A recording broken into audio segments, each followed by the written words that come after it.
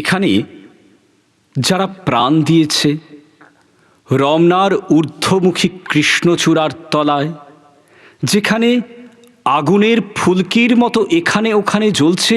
অসংখ্য রক্তের ছাপ, সেখানে আমি কাঁদতে আসিনি।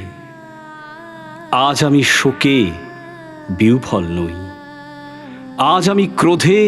উন্মত্ত নই, আজ আমি প্রতিজ্ঞায় অবিচল। যে শিশু আর কোনোদিন তার পিতার কোলে ঝাঁপিয়ে পড়ার সুযোগ পাবে না, যে গৃহবধূ আর কোনোদিন তার স্বামীর প্রতীক্ষায় আঁচলে প্রদীপ ঠেকে দুয়ারে দাঁড়িয়ে থাকবে না, যে জননী খোকা এসেছে খোকা এসেছে বলে উদ্দাম আনন্দে আর সন্তানকে বুকে জড়িয়ে ধরতে পারবে না, যে তরুণ মাটির কোলে লুটিয়ে পড়ার আগে বারবার একটি প্রিয়তমার ছবি চোখে আনতে চেষ্টা করেছিল, সেই অসংখ্য ভাই বোনেদের নামে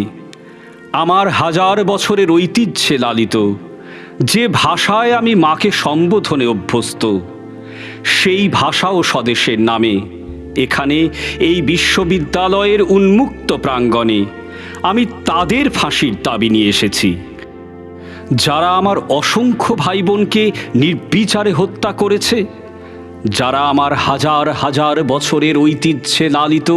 মাতৃ সম্বোধনকে কেড়ে নিতে গিয়ে আমার এই সব ভাই বোনকে নির্বিচারে হত্যা করেছে। আমি তাদের ফাঁসির দাবি নিয়ে এসেছি, আমি তাদের ফাঁসির দাবি নিয়ে এসেছি।